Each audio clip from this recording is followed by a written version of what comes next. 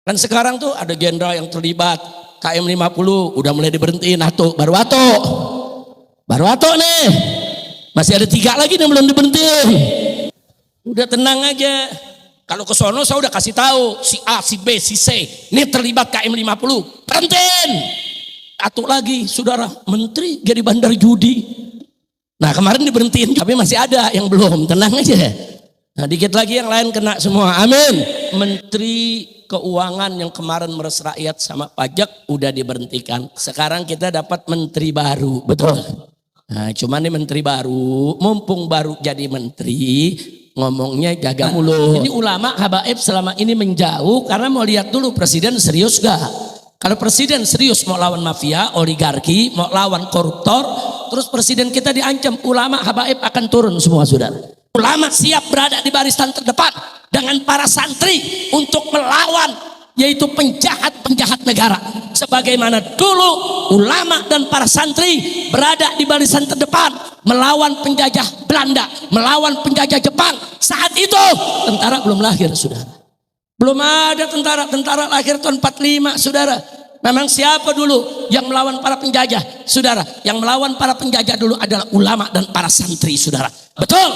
Tapi kalau presiden gak serius, ya ulama gak mau turun dulu. Gak bisa, ulama jangan cuma dijadiin pemadam kebakaran. Kalau saatnya sudah tiba, memang negeri ini ada mau menghancurkan, habaib ulama dan santri harus turun. Akan kita turun, walaupun harus mati bersimbah darah, kita akan bela negara ini untuk mencari ridho Allah Subhanahu wa ta'ala.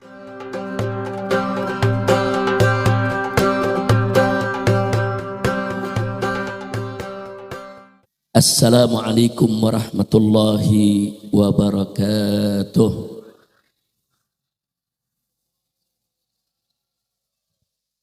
Bismillah walhamdulillah wala hawla wala quwwata illa billah. Ashhadu an la ilaha illallah wahdahu la syarika lah wa ashhadu anna sayyidana Muhammadan abduhu wa rasuluh la nabiyya ba'dah. Allahumma salli wa sallim wa barik ala sayyidina wa habibina wa syafi'ina wa maulana nabiyyina Muhammadin wa ala alihi at-tahirin at-tayyibin wa ashabihi al-ghurril mayamin wa man tabi'ahum bi ihsanin ila yaumiddin. Amma ba'd. Siyadatul habaib asy-syurafa wa sa'adatul ulama'il fudala wa jami'il hadirin wal hadirat al-ahibba'il a'izza rahimakumullah. في هذه المناسبة السعيدة وبمثل هذا الاجتماع المبارك لا أنسى أن أوصيكم جميعا ونفسي بتقوى الله وبطاعة رسول الله صلى الله عليه وسلم. فنسأل الله سبحانه وتعالى أن يهدينا إلى صراطه المستقيم ويجعلنا من المتقين ويدخلنا جنته جنة النعيم بحق سيد المرسلين والحمد لله رب العالمين. تقبل الله منا ومنكم فتقبل يا كريم. Satu kehormatan dan satu kebahagiaan bagi saya pada malam hari ini bisa bersilaturahim dengan keluarga besar Pondok Pesantren Modern Gaza Al-Islami yang dibangun, dibina, dipimpin, diasuh oleh guru kita tercinta, ayahanda kita semua, akhina al-fadil, al-muhtaram wa mukarram, Kiai Hariri Hadrami hafidhahullah ta'ala wa ra'ah. Famatanallahu bituli hayati wa nafa'ana bi ulumi fid dini wa dunya wal akhirah.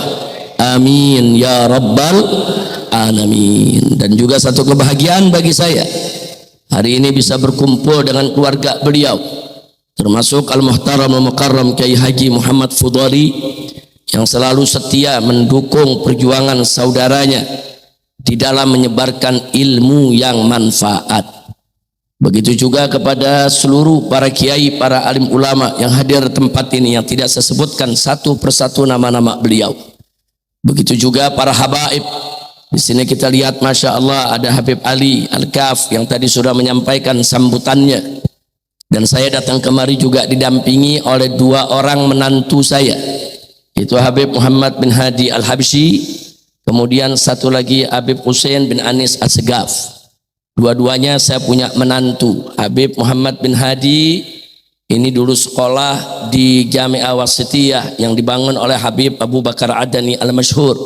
Sementara Habib Hussein ini satu sama Habib Ali, sama-sama di Jami'atul Ahqaf. Habib Ali juga lulusan Jami'atul Ahqaf. Habib Hussein saya punya menantu juga lulusan Jami'atul Ahqaf yang dipimpin oleh Habib Abdullah Baharun. Jadi sekali lagi saya sampaikan satu kehormatan dan satu kebahagiaan bagi saya bisa berkumpul dengan para alim ulama, para habaib, para kiai, para tuan-tuan guru dan seluruh santriwan dan santriwati dari Pondok Pesantren Gaza Al-Islami. Mudah-mudahan pertemuan kita pada malam hari ini akan menjadi penyebab turunnya rahmat dan barakah.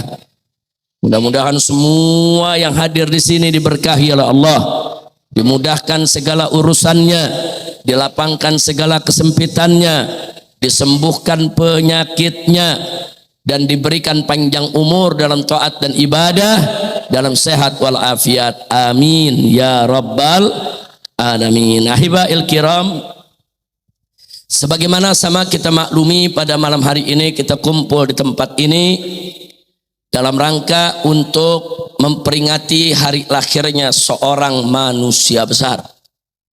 Manusia yang punya kepribadian besar dan berjiwa besar serta memiliki sejarah yang besar. Karena dididik dan dibesarkan oleh yang maha besar, yaitu oleh Allah Subhanahu wa ta'ala. Manusia yang pada malam hari ini kita peringati hari kelahirannya adalah seorang manusia yang dinyatakan oleh Allah Subhanahu wa ta'ala dalam Al-Quranul Karim sebagai rahmat untuk semesta alam. Wallahu Subhanahu wa ta'ala qala wa ma arsalnaka illa rahmatan lil alamin. Al-alamin dalam bahasa Arab artinya masih wallah.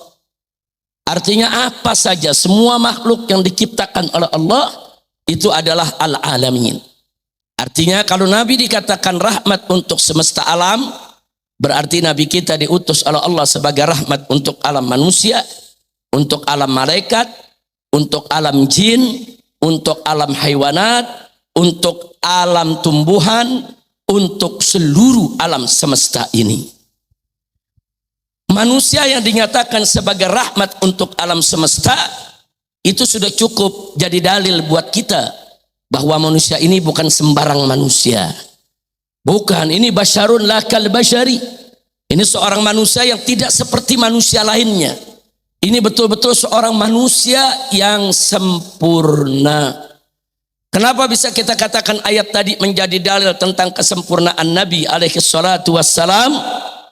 Sebab mustahil kalau Nabi tidak sempurna, kalau Nabi ada cacat dan celah menjadi rahmat untuk semesta alam. Mustahil.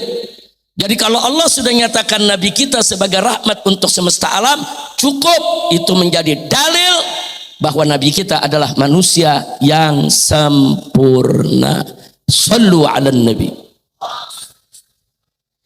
Nabi yang kita peringati maulidnya pada malam hari ini adalah Nabi yang diberikan kesaksian oleh Allah Subhanahu wa ta'ala, syahadatun ilahiyah, sertifikat ilahi dalam Al-Quran tentang keagungan akhlaknya. Allah yang menyatakan dalam Al-Quran kepada Nabi, faqala ta'ala fi akhlaqi nabiyyihi Muhammadin sallallahu alaihi wasallam wa innaka la'ala khuluqin azim. sesungguhnya engkau ya Muhammad sungguh-sungguh memiliki akhlak yang azim. Allah tidak lagi mengatakan akhlak yang hasan, akhlak yang thayyib, akhlak yang baik, tapi Allah katakan akhlak yang azim. Kalau disebut akhlak yang azim, yang agung, berarti itu akhlak sangat luar biasa. Bagaimana enggak luar biasa, saudara? Nabi mengatakan dalam satu hadisnya, saudara, di mana beliau mengatakan, "Qad addabani Rabbi fa ahsana ta'dibi." Aku ini dididik langsung oleh Allah Subhanahu wa taala sehingga aku punya adab menjadi begitu baik, begitu indah dan begitu sempurna. Nah, ini rahasianya kenapa waktu Nabi dalam kandungan ayahandanya meninggal dunia. Begitu Nabi masih kecil, ibundanya meninggal dunia. Enggak lama kemudian, saudara, masih belum meningkat remaja, saudara, Abdul Muthalib sang kakek juga meninggal dunia. Kenapa, saudara? Ya, supaya seluruh umat manusia tahu bahwa keagungan akhlak Nabi bukan dididik oleh ayahnya, bukan dididik oleh ibunya, bukan dididik oleh kakeknya, bukan dididik oleh manusia, tapi dididik oleh Allah Subhanahu wa ta'ala. Nah, Allah yang maha tahu apa yang diucapkan dilakukan oleh Nabi di depan umatnya, apa yang dilakukan dan diucapkan oleh Nabi di belakang umatnya. Bahkan Allah maha mengetahui apa yang terlintas di benak Nabi. Allah yang maha tahu itulah yang menyatakan wa innaka la'ala khuluqin azim, bahwa kita punya Nabi akhlaknya azim. Jadi Allah maha tahu kalau Nabi kita punya cacat, punya celah, ada akhlak yang tidak baik, mustahil Allah nyatakan sebagai akhlak yang azim. Lagi-lagi ayat ini menjadi dalil sekaligus menjadi bukti bahwa Nabi kita sempurna.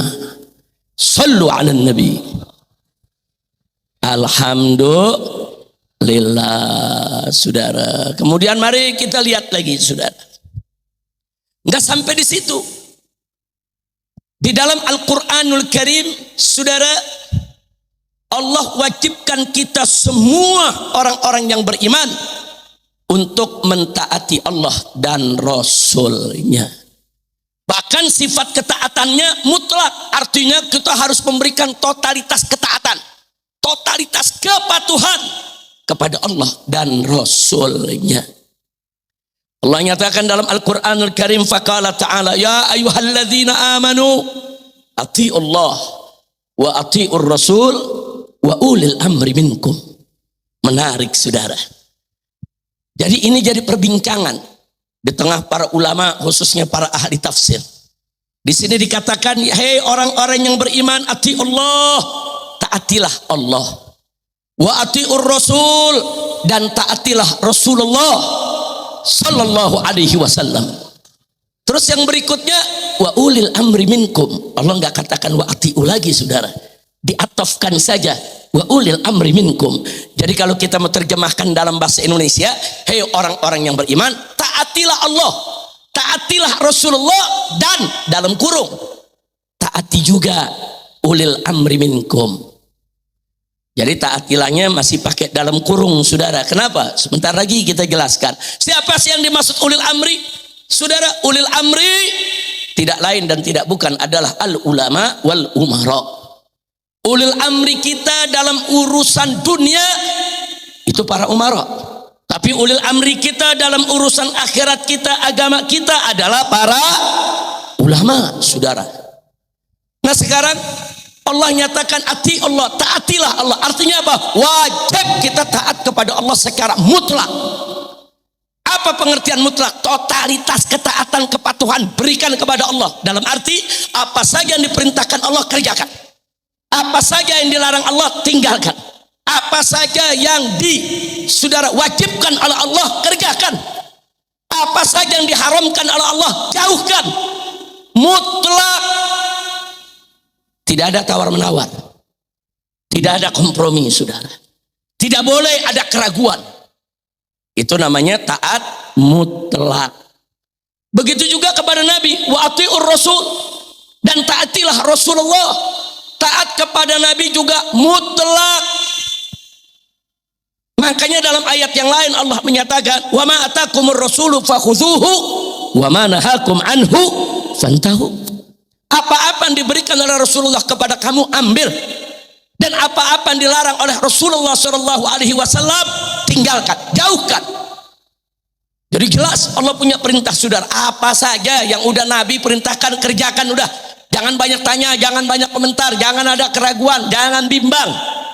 Apa saja yang dilarang oleh Nabi udah tinggalkan, itu semua mutlak. Sampai di sini dulu sebelum kita teruskan ayatnya, saudara. Dengan kita diperintahkan oleh Allah untuk taat kepada Nabi secara mutlak, itu juga menjadi dalil bahwa Nabi adalah manusia yang sempurna. Nabi yang nggak ada maksiatnya, nggak ada salahnya, nggak ada cacatnya, nggak ada celahnya.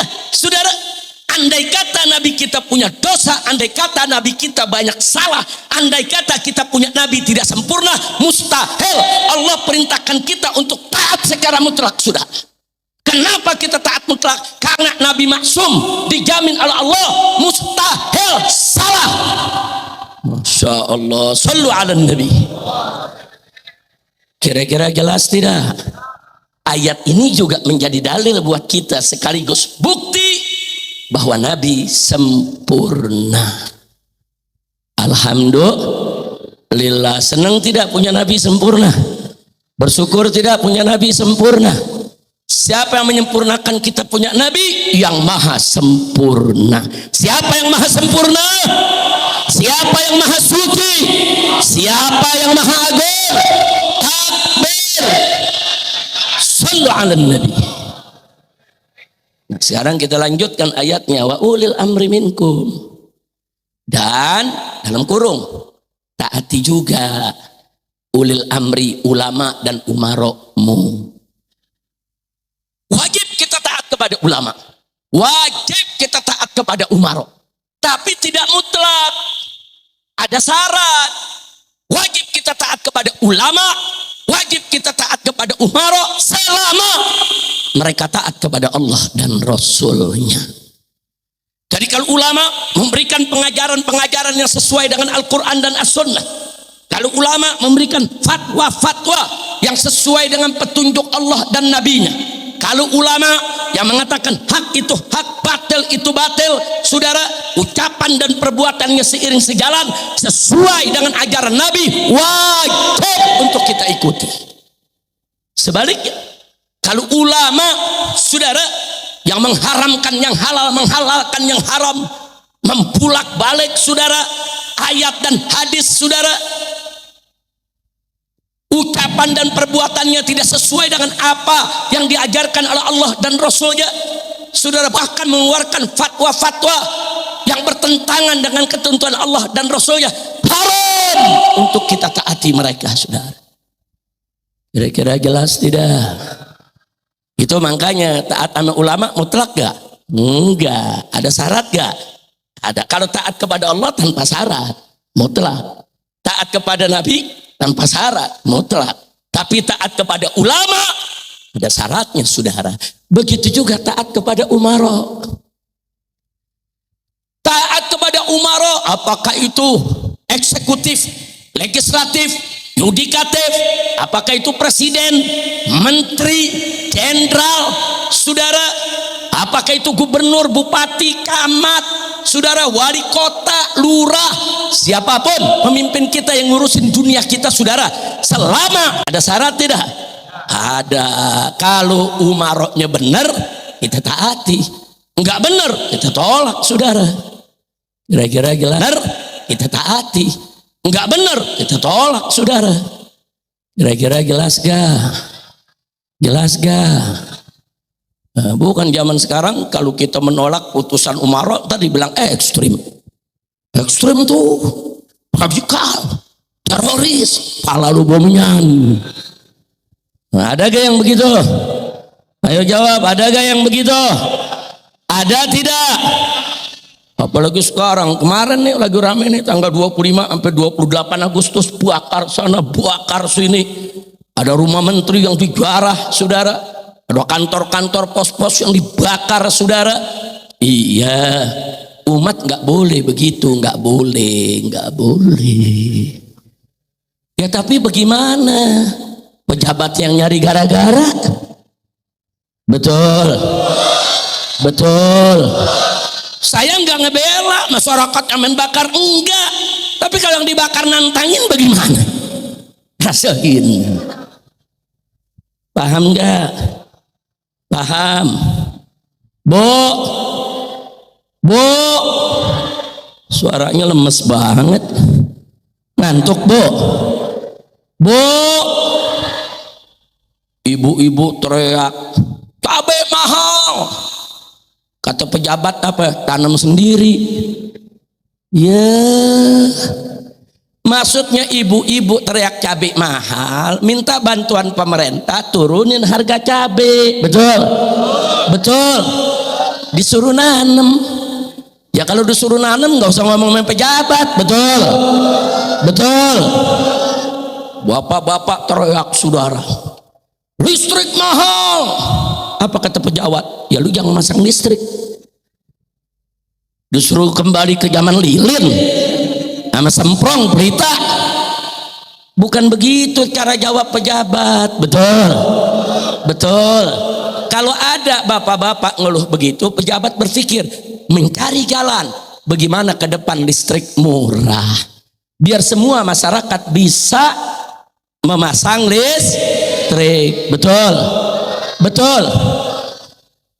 Tukang ojek teriak protes, saudara, bensin mahal. Saudara, ya mereka kan mau cari duit, mau cari penumpang. Kalau bensinnya mahal bagaimana? Ditambah lagi bayar aplikatornya mahal juga. Betul. Dijawab oleh pejabat saudara, jangan pakai bensin. Nah kalau nggak pakai bensin mau pakai air kencing. Kadang pejabat suka ngawur ngomongnya saudara. Ngawur tidak? Mestinya kalau tukang ojek demo mengatakan ini bensin mahal, maksudnya minta dimurahin. Kalau nggak dimurahin kasih subsidi. Kalau subsidinya masih kurang tambahin. Betul. Makanya saya bingung pejabat sekarang jawabnya enak banget tuh, cocongorannya ngomong. Di sini paham cocongoran nggak? Tahu Cilebut bahasa Betawi apa bahasa Sunda? Paro-paro dah. Bukan, kalau kita ayam bojong gede kan masih bahasa Betawi. Cilebut kemari campur dah. Ada Betawi juga, ada Sunda juga, betul. Udah pokoknya yang penting semuanya paham. Terang. Sadayana terang. Alhamdulillah abdi mah tengartos bahasa Sunda. Ngartosnya sekia. Masya Allah. Tapi kalau saya punya mantu nih jago-jago bahasa Sundanya. Nah, karena lahir di tanah Sunda, besar di tanah Sunda, sekolah di tanah Sunda. Jadi kalau mau ngomong bahasa Sunda ke sono. Nah, lu ngomongin gue punya penerjemah. Nah, kira-kira jelas gak? Kalau ada pejabat-pejabat begitu kacau tidak? Kacau, saudara. Masyarakat turun rame-rame, saudara. Mereka minta keadilan. Mereka minta kezaliman itu dihentikan. Mereka minta saudara supaya harga listrik diturunkan, harga bensin diturunkan. Bahkan mereka juga minta korupsi dibasmi. Betul. Dijawab sama pejabat. Rakyat yang mau protes nggak ada jasanya buat negara. Sono pergi ke luar negeri.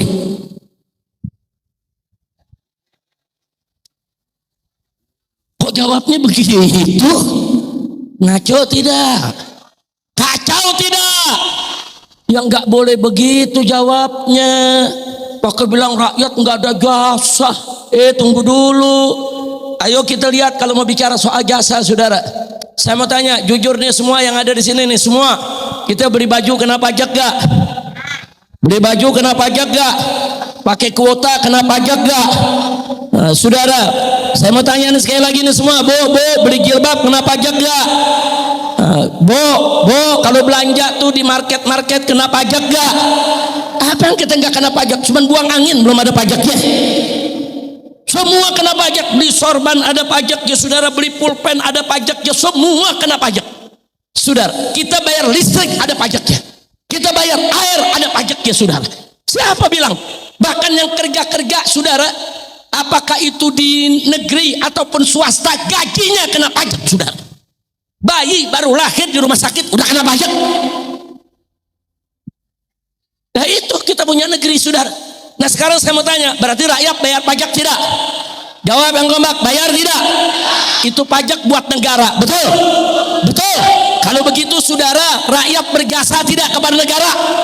Jawab yang kompak, berjasa tidak kepada negara? Enak itu pejabat ngomong, rakyat nggak ada jasanya pada negara, nggak usah protes-protes. Gue pengen kayak protes. Jangan-jangan yang ngomong begitu nggak bayar pajak, betul? Betul. Nah maka itu kalau dijawabnya model-model begitu, rakyat marah. Wajar tidak? Wajar tidak? Ada lagi rakyat protes saudara, anggota DPR santai pakai ngeledek, joget-joget. Udah gitu pakai bikin rekaman lagi, pakai horek. Pantas saja lu pada budak. Kacau tidak? Kacau tidak? Nah makanya kita lihat kemarin kejadian di Jakarta, anggota-anggota DPR yang baik, yang lembut, yang santun, yang dekat dengan rakyat, nggak ada rumahnya didatengin sudah. Betul? Betul. Tapi yang ngeledek rakyat, yang ngatain rakyat tolol saudara, yang korupsi habis-habisan, mereka satu persatu didatangi oleh rakyat. Betul? Betul. Saya nggak dukung rakyat datang ngejarah, enggak ngejarah haram.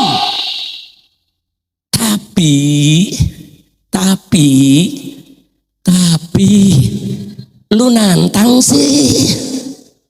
Betul. Betul. Buktinya anggota DPR yang baik diserbu gak? Enggak. Anggota DPR yang baik buktinya aman tidak? Aman. Anggota dewan pejabat yang gak korupsi aman gak? Nah jadi sekali lagi saudara, mengatasi masalah itu saudara jangan asal goblek, jangan seenaknya ngomong saudara. Makanya hari ini saya lagi bahagia, salah satu tuntutan kita supaya menteri tukang palak saudara diberhentiin. Alhamdulillah berhenti. Alhamdulillah. Saya heran perempuan bisa jadi tukang palak. Di otaknya ada pajak, dikit-dikit pajak dulu. Kalau perengan malak wajar. Nah ini kalau yang namanya menteri malakin rakyat tega bener, betul? Betul. Dari kemarin, dari tahun lalu saya udah bilang, ini orang jangan diajak jadiin menteri. Saya udah sampaikan kok ke Bapak Presiden saudara, baik lewat mimbar-mimbar, lewat jalur khusus, lewat kawan-kawan yang ada sekitar dia, kita udah sampein. Ini nama-nama yang bahaya. Ente jangan pakai. Kalau ente pakai rusak di negeri. Saya sebutin ada sekian belas orang, semuanya dipakai. Gue bingung dah. Udah nasehatin baik-baik, gue pikir didengar serius. Apa nasihat Habib? Gue sebutin atau semuanya pada jadi. Kacau tidak? Kacau tidak? Nah sekarang nanya lagi, Habib ini lagi ada kerusuhan begini, bagaimana jalannya? Jalannya nggak ada lagi. Apa yang kita minta kemarin jangan diangkat, jangan diangkat dong. Sekarang sudah terlanjur, berhentikan mereka, pecat, singkirkan, ambil orang-orang pintar, ambil orang-orang benar, ambil orang-orang yang baik untuk duduk di kabinet, ngurus rakyat, selamatkan agama bangsa dan negara. Betul? Takbir. Sekarang baru dengar, baru setengah dengarnya. Alhamdulillah. Ya biar setengah kan bersyukur juga. Mudah-mudahan besok bisa semua. Amin. Nah kan sekarang tuh ada jenderal yang terlibat KM 50 udah mulai diberhentiin baru ato nih. Masih ada 3 lagi yang belum diberhentiin. Apa gue mesti sebutin namanya? Gue tangkap lagi. Udah tenang aja. Kalau ke sono saya udah kasih tahu si A, si B, si C ini terlibat KM 50, berhentiin. Kalau ke lu nggak usah tahu dah. Ya bukan, gue ngasih tahu lu nggak bisa keberhentiin buat apa? Asal informasi aja, informasi. Setuju? Saya mau tanya, jenderal-jenderal yang terlibat tragedi KM 50 diberhentikan, setuju tidak? Bagus tidak? Takbir. Nah, 1 udah diberhentiin kemarin, alhamdulillah. Atuh lagi, saudara menteri jadi bandar judi. Gile, judi online begitu disidang, semua itu tadi. Nah kemarin diberhentiin, alhamdulillah. tapi masih ada yang belum, tenang aja. Nah, dikit lagi yang lain kena semua. Amin. Amin. Nah, udah 3 tuh, artinya 3 duri udah dicabut. Alhamdulillah. Mudah-mudahan besok duri yang lain dicabut juga ya ikhwan. Amin. Saya mau tanya sekarang, kalau Bapak Presiden betul-betul merang lawan korupsi, setuju tidak? Dukung tidak? Takbir. Angkat tangan semua ke atas, takbir. Sallu ala Nabi. Alhamdulillah. Saudara, Menteri Keuangan yang kemarin meres rakyat sama pajak udah diberhentikan. Alhamdulillah. Sekarang kita dapat menteri baru, betul. Nah, cuman ini menteri baru, mumpung baru jadi menteri, ngomongnya jaga mulut. Jangan perkara di negeri kita dianggap enteng. Hati-hati, hati-hati, Pak, Bu. Ada orang kerja jadi pegawai, gajinya udah kena pajak. Nah, dari gaji itu dia beli rumah, kena pajak lagi. Nah, nanti dari duit yang tadi dia udah kena pajak, saudara, mau belanja di toko, di market, kena pajak lagi. Jadi semua apa yang kita kerjain semua kena pajak. Udah gitu pajaknya nggak tanggung-tanggung, saudara. Ada pajak yang 11%, 12%, 15%, saudara. Allah subhanahu wa ta'ala maha adil, Rauf dan Rahim terhadap hamba-hambanya. Mari kita lihat. Allah subhanahu wa ta'ala yang menciptakan kita, saudara, yang memberikan kekayaan kepada kita. Zakat harta yang kita diwajibkan hanya 2,5%. Subhanallah, itu pun hanya yang mencapai nisab dan haul, saudara. Orang miskin nggak ada kena zakat, saudara. Orang miskin nggak kena zakat, kecuali zakat fitrah, itu pun kalau ada kelebihan makan di malam takbiran, saudara. Adil tidak Allah? Adil tidak Allah?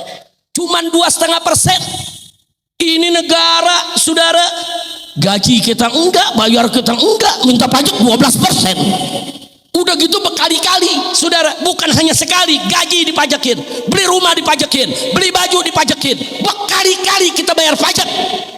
Apa? Dalam Islam, saudara, kalau orang ternak kambing atau ternak sapi, saudara, dia kena zakat peternakan. Begitu dia kena zakat peternakan, besoknya sapi-sapi dia jual, dia nggak kena lagi zakat perdagangan. Tidak ada 2 zakat dalam satu objek, saudara. Subhanallah, indah tidak Islam? Orang punya, saudara, peternakan ikan. Dalam mazhab Syafi'i zakat ikan nggak ada, saudara. Tapi begitu ikannya dijual, dia kena zakat perniagaan. Orang piara ayam, dalam mazhab Syafi'i zakat ayam nggak ada. Tapi kalau ayamnya dijual, dia kena zakat perdagangan. Artinya apa? Nggak ada 2 zakat dalam satu barang, saudara. Cukup 1 kali dibayar zakat tahun itu, selesai. Ini pajak enggak berkali-kali. Semuanya kita dipajakin, saudara. Ini ada apa sampai kita beli kuota internet tetap kena pajak? Semua kerjaan kita dipajakin, saudara. Ibn Khaldun, saudara, rahimahullahu ta'ala, mengatakan, saudara, beliau seorang ahli filosofi dalam bidang sosial politik. Beliau katakan, kalau udah suatu negara hidupnya bergantung dari pajak, saudara, itu tanda-tanda negara tersebut bangkrut. Nah, jadi walaupun pemerintah nggak ngaku, banyaknya pajak itu menunjukkan bangkrut, saudara. Nah, sekarang kita sebut pengusaha lah. Pengusaha pribumi, saudara, berapa sih usahanya? Nggak sampai triliun-triliunan, paling-paling ratusan juta atau ratusan miliar, saudara. Nah, sekarang dia bikin usaha, saudara. Nah, begitu dia beli tanahnya, kena pajak. Dia bikin bangunannya, kena pajak. Nanti begitu dia jual itu rumahnya sama pembeli, kena pajak lagi tuh, pajak penjualan. Pajak tanah lain, pajak bangun rumah lain, izin IMB lain, amdalnya lain, semua kena pajak, saudara. Ujung-ujungnya saudara, begitu dia dapat saudara untung saudara, katakan 15 miliar. Untungnya cuma 15 miliar. Ternyata yang diminta oleh pajak saudara 15% bukan dari untung bersih, dari semua. Dari modal pertama kali dikeluarkan sampai dapat untung 15%. Akhirnya apa? Dia bayar ke negara 10 miliar. Buat dia cuma 5 miliar. Bagaimana mau maju para pengusaha kita? Bagaimana mau maju saudara para pengusaha pribumi? Mestinya kalau mau dikenakan pajak silakan. Pajak dari neto hasil bersih, bukan pajak dari bruto dari semuanya. Bangkrut pengusaha pribumi semua saudara. Nah, terus ada yang nanya, Habib, itu kalau orang-orang yang punya triliun-triliunan, oligarki itu yang bukan Islam, bagaimana? Saudara, oligarki banyak yang main akal-akalan sama pajak. Daripada bayar pajak 50 miliar atau pajak 1 triliun, dia undang petugas pajaknya sama kepala pajaknya, dibagi-bagi sarang 5 miliar. Selesai. Dia sogok, saudara, diakali, dia nggak bayar pajak. Dia hitung-hitungan, kasih aja nih 100 miliar, bagi-bagi. Atur aja lah supaya dia nggak kena pajaknya. Saudara, padahal pajak yang dia mesti bayar mestinya ratusan miliar, bahkan 1 T. Makanya mereka kaya-kaya. Saudara, yang pribumi cuman usaha kecil dikenain pajak habis-habisan sampai banyak yang bangkrut.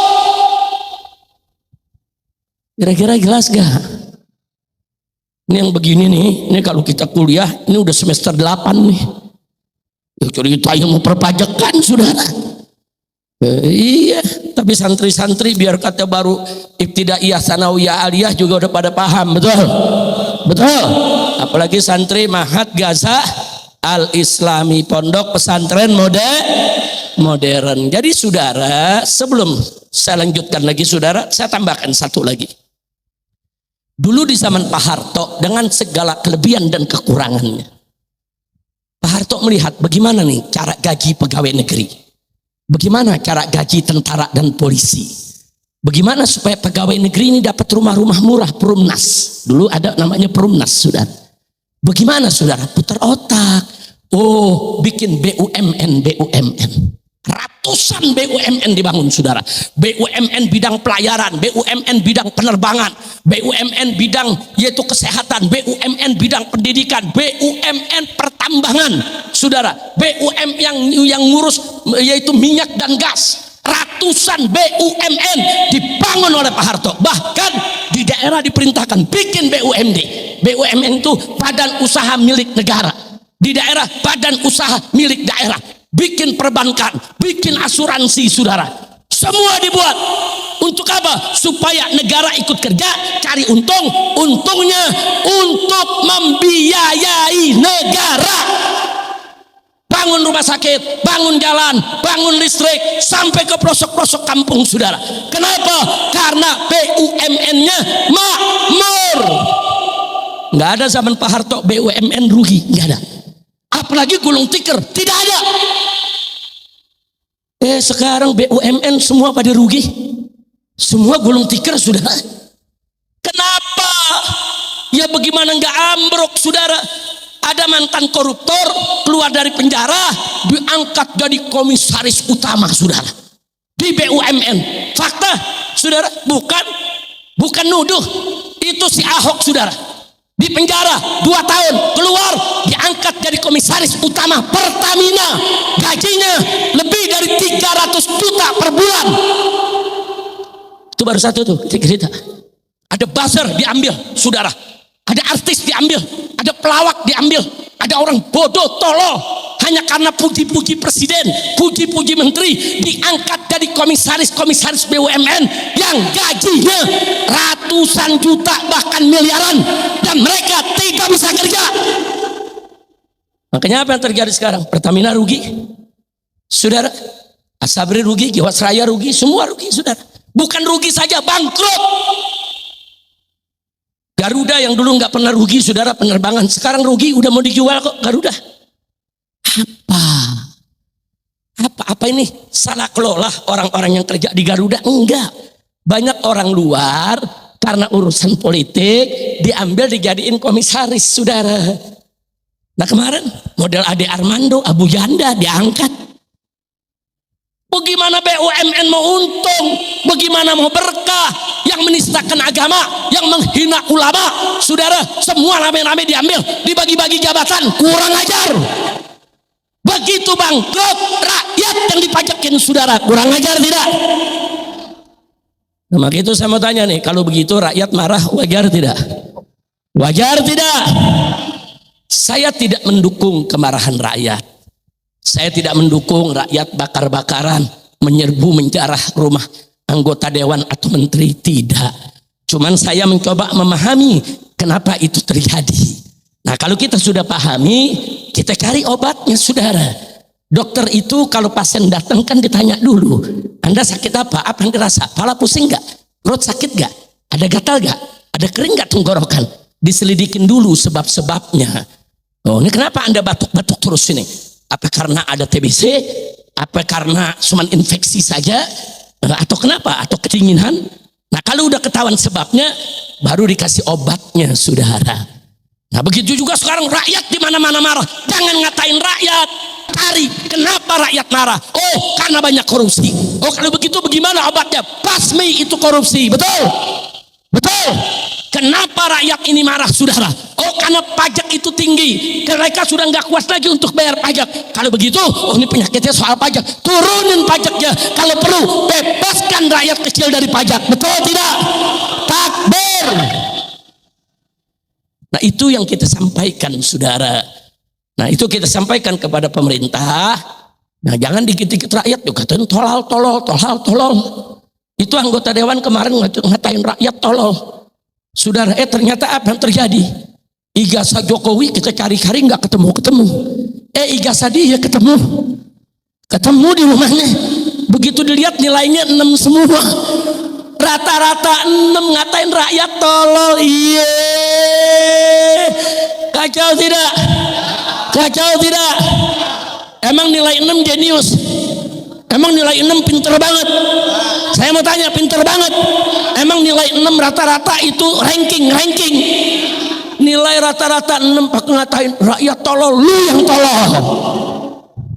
Betul? Tapi alhamdulillah yang begitu udah diberhentiin juga. Alhamdulillah. Artis-artis yang joget-joget ngeledek rakyat diberhentiin juga. Alhamdulillah. Jangan sombong. Jangan sombong, jangan ngatain rakyat, jangan takabur, jangan. Jangan, hati-hati. Allah tidak suka dengan manusia sombong. Hati-hati, Allah tidak suka dengan manusia takabur. Nah, karena itu ke depan, nah kita berikan nasihat kepada para pejabat dimanapun, apa itu eksekutif, legislatif, yudikatif. Jangan sombong, jangan takabur, jangan meremehkan aspirasi rakyat. Betul? Nah, tapi rakyat juga tolong jaga diri, jangan dikit-dikit mengebakar. Jangan. Kalau emosi kita gampang dipantik, nanti jangan-jangan suatu saat disalahgunakan. Maaf ya Pak Bu ya, kalau hari ini ada kelompok orang yang menunggangi gerakan masyarakat, kemudian masyarakat itu digiring untuk lempar api ke rumah pejabat, bukan nggak mungkin kalau besok rumah kiai yang dibakar. Besok rumah habaib yang dibakar. Hati-hati. Dulu tahun 48 pernah terjadi. Tahun 65 pernah terjadi. Pesantren dibakar, saudara. Santri dibantai, saudara. Jangan lupa pemberontakan PKI dulu.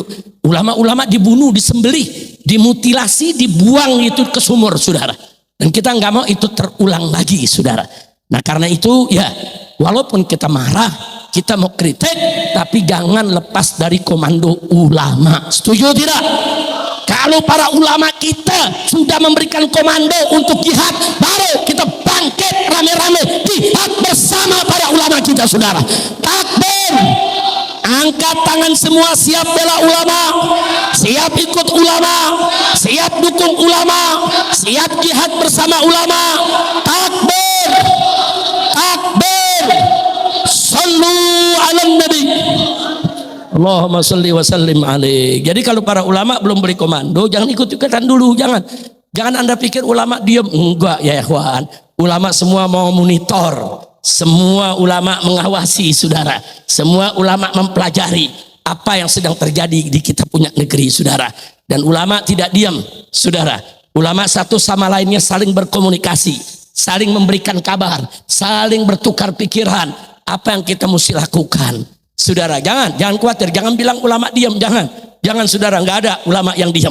Ulama-ulama yang istiqamah selalu bersama umat, selalu bersama rakyat. Ulama tidak akan meninggalkan umat dan rakyatnya, insya Allah. Nah kemudian saudara, masih itu yang tadi itu yang menteri preman palak ya. Apa dia bilang, saudara? Ini guru beban negara. Bingung saya, kok guru dianggap beban negara? Jadi bagaimana ini guru? Masa sih gaji guru harus kita bayar dari negara? Gaji yang lain lu pikirin. Saudara, gaji BUMN, komisaris dari influencer, buzzer dan lain sebagainya, ente kasih besar-besar, giliran gaji guru yang tidak seberapa, dibilang apa? Gaji guru beban negara, kurang ajar. Ini negara Indonesia, tanpa guru saudara nggak bisa bangkit, tanpa guru nggak bisa jaya, tanpa guru nggak ada jihad, tanpa guru nggak ada perlawanan untuk memerdekakan Indonesia. Tanpa guru tidak akan lahir orang-orang besar pahlawan di negeri ini, saudara. Tanpa guru bagaimana kita bisa membangun masyarakat? Betul? Maka itu saya mau tanya, peran guru besar tidak? Penting tidak? Mestinya bukan dibilang beban, mestinya negara berpikir bagaimana guru-guru baik di negeri maupun di swasta dijamin oleh negara, saudara. Gaji guru di daerah ada 300.000 per bulan, ada 400.000 per bulan. Mereka nggak ngeluh, saudara. Cuman gaji segitu dianggap beban negara, kurang ajar. Nah itu tadi, saudara. Itu tadi yang kita cerita. Buzzer, saudara, pelawak, influencer diangkat jadi komisaris, saudara, gajinya ratusan juta, miliaran, nggak dibilang beban negara. Giliran rakyat dibilang beban negara, kurang ajar tidak? Kurang ajar tidak? Gitu saya mau tanya nih, sebelum saya akhiri nih semuanya, guru penting tidak? Guru jasanya besar tidak? Guru jasanya banyak tidak? Cinta sama guru, siap bela guru, takbir. Jangan remehin guru, saudara. Guru-guru di daerah, Pak, apalagi di pedalaman. Guru-guru di pedalaman, Anda tahu, saudara, ada yang gajinya masih 200.000 per bulan. Saudara, ada yang jalan kaki, ada yang nyebrang sungai, saudara. Tapi dia rela dia ngajar. Dia rela dia ngajar, enggak, dia enggak ngeluh. Dia senang ketemu muridnya, betul? Betul? Nah, sekarang saya mau tanya, berarti jasa guru besar tidak? Nah, kalau pemerintah memperhatikan mereka, saudara, perlu tidak? Harus tidak? Lah kok dibilang beban negara? Kurang ajar, saudara. Udah guru nggak diperhatikan dibilang beban negara. Guru bukan beban negara tuh influencer, buzzer, saudara, yang digaji miliaran, yang nggak ada gunanya buat bangsa dan negara, saudara. Itu mereka beban negara, betul?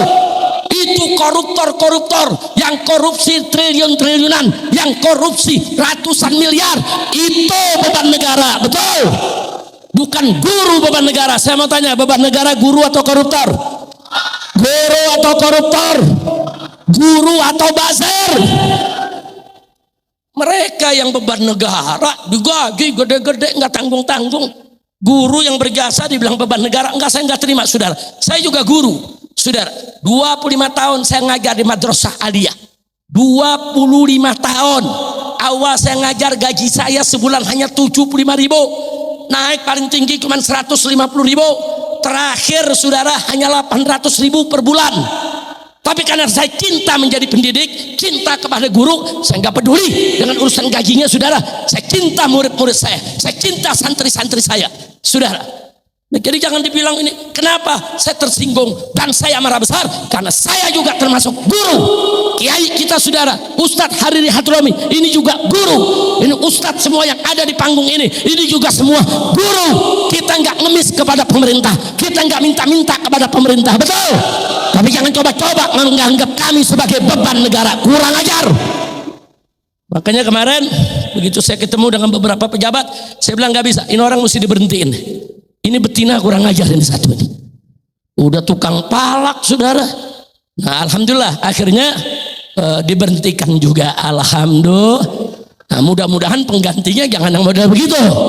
Mudah-mudahan penggantinya cinta sama guru. Amin.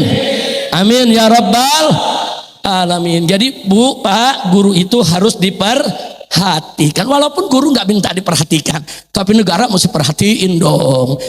Gaji mereka, kebutuhan mereka, saudara, harus. Begitu juga sekolah-sekolah. Sekolah kan bukan negeri aja. Sekolah swasta lebih banyak daripada negeri.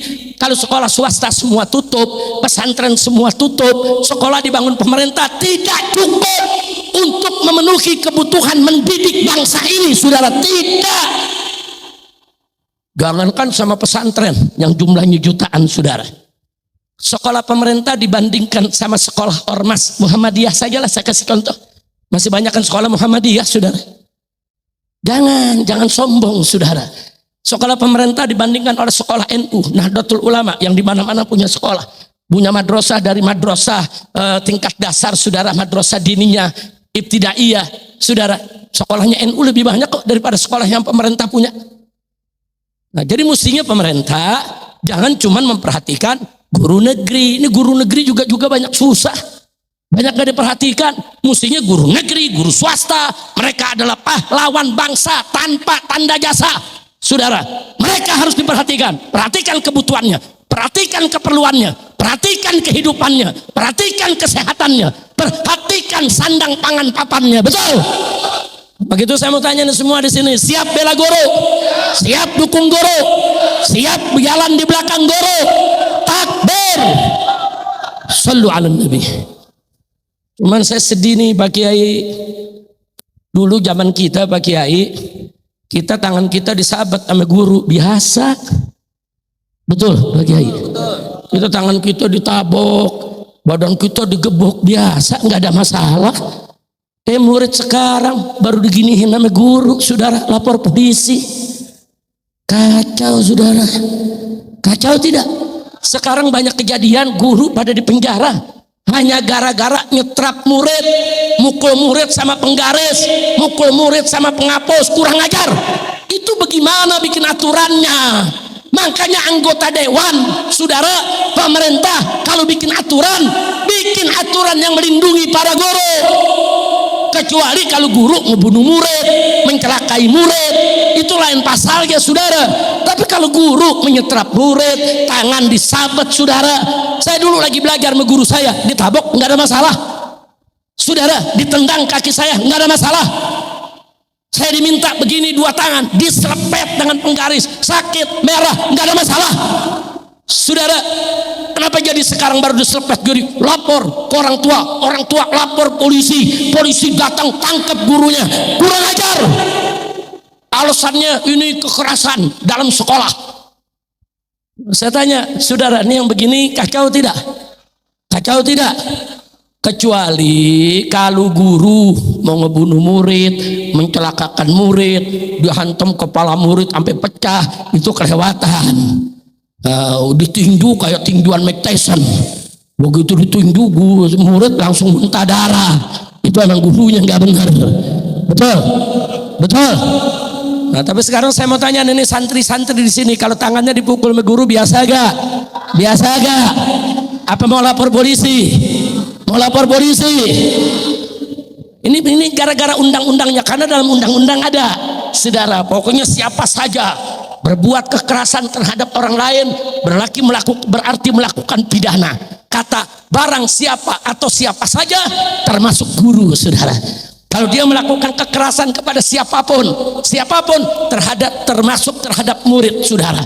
Kekerasan apapun, bahkan kekerasan verbal, si guru nggak mukul, cuman ngomong ngatain si murid, kau bodoh kau kenapa keras kepala, bisa diperkarakan ke polisi. Ini aturan begini, saudara, ubah aturan begitu nggak benar. Itu bisa merusak daripada kinerja para guru kita. Betul? Kira-kira jelas tidak? Paham tidak? Nah, sekarang yang bikin undang-undang siapa? Pemerintah dan DPR. Nah, undang-undang yang begitu bikin kecuali, ada pengecualian, kecuali guru di kelas yang sedang mendidik anaknya selama tidak memukul yang melukai, atau selama pukulannya tidak di tempat wilayah yang fatal, saudara. Begitu dong. Nah udah gitu murid sekarang kengeng, baru tampar guru, saudara lapor polisi, kengeng enggak?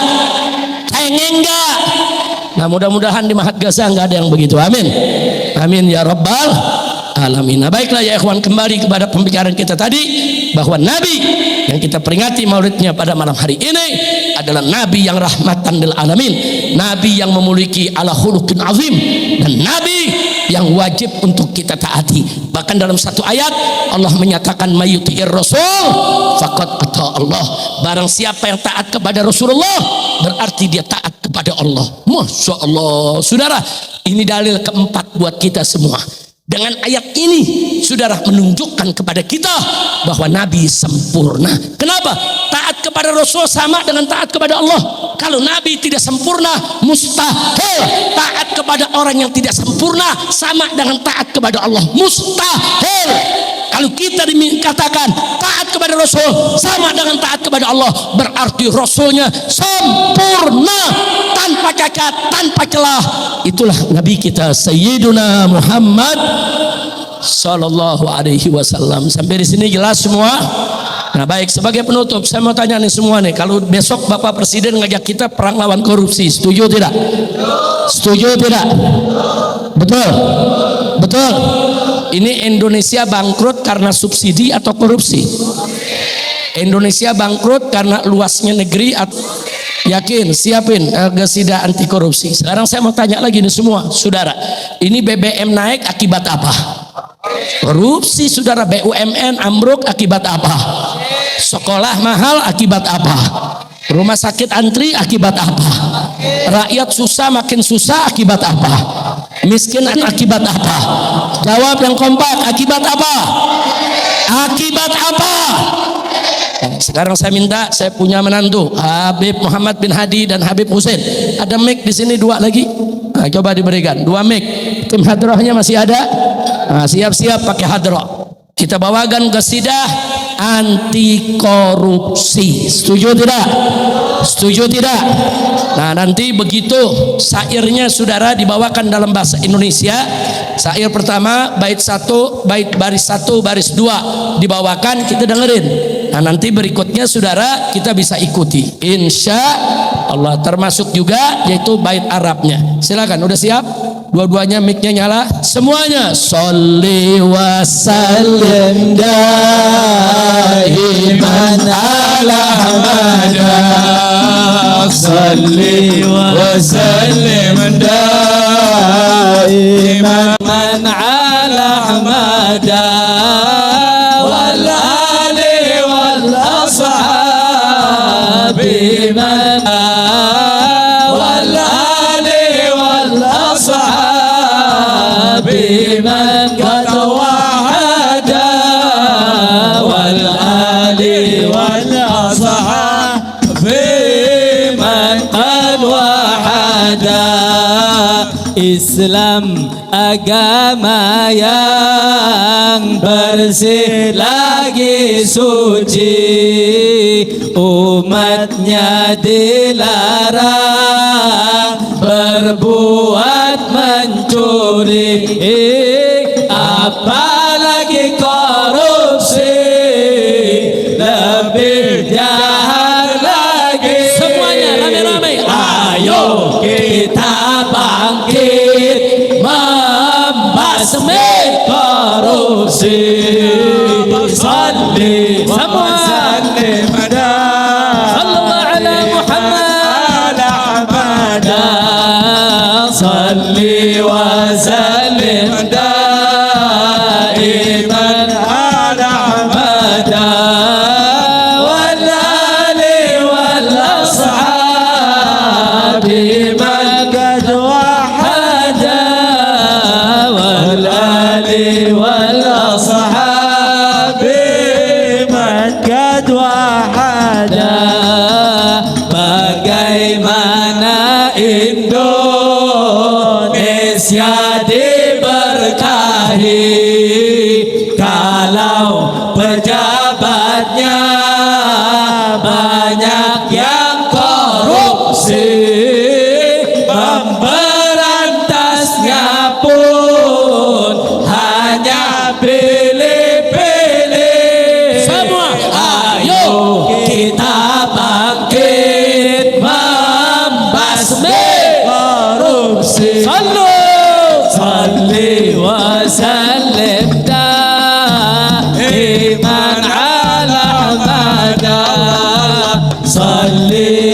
وسلم صلى الله على محمد دائما على أحمد والآل والأصحاب من قد وحد والآل والأصحاب من قد وحد negeri RI bangkrut bukan karena subsidi, bukan juga karena luasnya negeri, tapi negeri bangkrut karena korupsi. Ayo kita bangkit membasmi korupsi. Salli wa sallim daiman ala Ahmad. Salli wa sallim daiman ala Ahmad wal ali wal ashab man hada wal ali wal ashab man qad wahada. Rakyat banyak benar akibat korupsi, sekolah jadi mahal akibat korupsi, rumah sakit antri akibat korupsi. Ayo salli wa sallim daiman madallah. Salli wa sallim daiman ala Ahmad wal ali wal bima qad wahada wal ali wal ashab man da. BBM naik lagi akibat korupsi, BUMN pada rugi akibat korupsi, subsidi dikebiri akibat korupsi.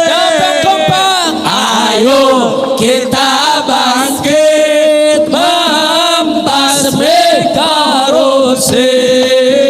Salli wa sallim daiman sallallahu alaihi. Salli wa sallim daiman ala Ahmad wa ali wal ashab man hada wal ali wal ashab man qad wahada. Miskin makin miskin akibat korupsi, bangkrut makin bangkrut akibat korupsi, rusak makin rusak akibat korupsi. Ayo kita bangkit membasmi korupsi. Salli wa sallim daiman ala Ahmad. Salli lim daiman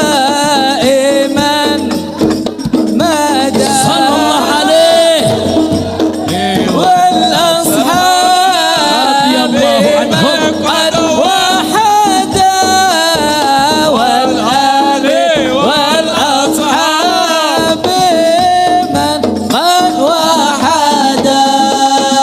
Rusuh makin rusuh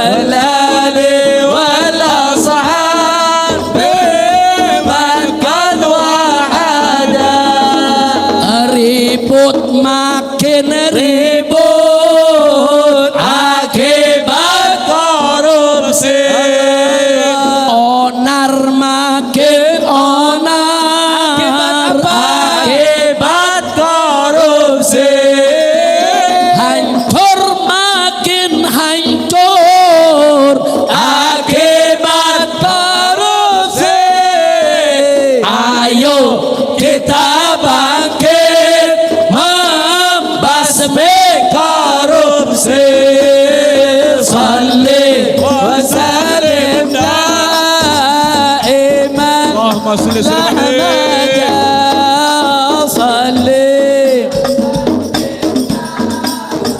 إيمان على حماده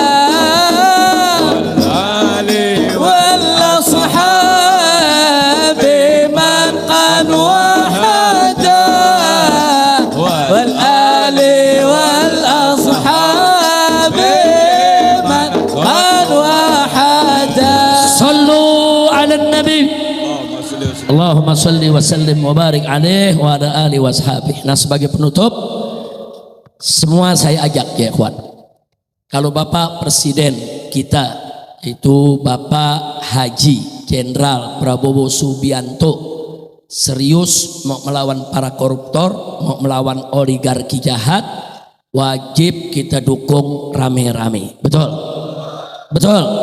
Nah, kalau presiden membasmi mafia, membasmi korupsi, terus presiden diancam mau dilengserkan, siap bela tidak? Siap lawan mafia, siap lawan koruptor, siap lawan oligarki, siap bela agama, siap bela negara, siap bela rakyat, siap bela bangsa.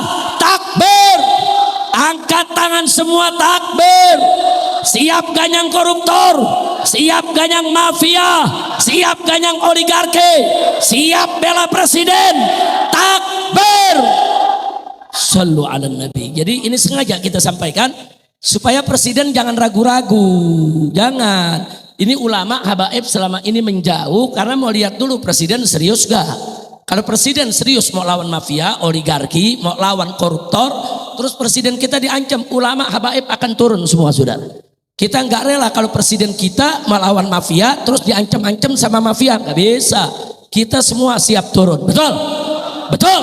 Tapi kalau presiden nggak serius, ya ulama nggak mau turun dulu, nggak bisa. Ulama jangan cuma dijadiin pemadam kebakaran, ribut-ribut ulama diambil suruh nenangin. Emang lu pikir pemadam? Ulama bukan damkar, betul, betul.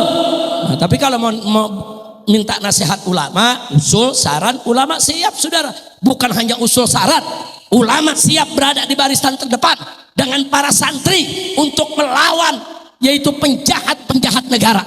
Sebagaimana dulu ulama dan para santri berada di barisan terdepan melawan penjajah Belanda, melawan penjajah Jepang. Saat itu tentara belum lahir, saudara. Belum ada tentara lahir tahun 45, saudara. Memang siapa dulu yang melawan para penjajah, saudara? Yang melawan para penjajah dulu adalah ulama dan para santri, saudara.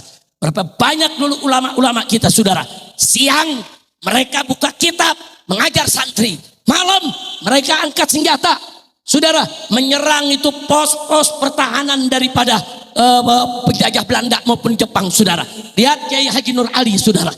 Lihat Kiai Haji Nur Ali, lihat Mama Bakri yang ada di Bogor ini, lihat Mama Fala, lihat Mama Abdullah bin Nuh, saudara. Itu semua paku-paku Bogor, ulama-ulama Bogor yang dulu perjuangannya luar biasa. Jadi nggak usah khawatir presiden, ulama ada di barisan terdepan kalau untuk bela agama, bangsa dan negara, betul? Maka itu saya mau tanya sekali lagi, siap bela agama, siap bela bangsa, siap bela negara, takbir. Mudah-mudahan pondok pesantren Ghazal Islami diberkahi oleh Allah. Dan kiainya saudara, Kiai Haji itu Hariri Hadromi maupun Kiai Haji Muhammad Fudoli dan kiai-kiai yang lain dipanjangkan umur oleh Allah dalam taat dan ibadah, dalam sehat walafiat. Dan semoga dari pondok pesantren Ghazal Islami kelak akan lahir generasi-generasi pemimpin agama, pemimpin bangsa, pemimpin negara yang akan mengibarkan bendera la ilaha illallah li'ila kalimatillahi subhanahu wa ta'ala. Dan mudah-mudahan pondok pesantren ini Allah jadikan ma'hadan munawwaran ma'muran tayyiban mubarakan nafi'an. Allah subhanahu wa ta'ala yukhrija min hadal mahad al-kawadir as-salihah al-ajyalut tayyibin wa ila hadratin nabi sayyidil mursalin sallallahu alaihi wasallam bisiril fatihah.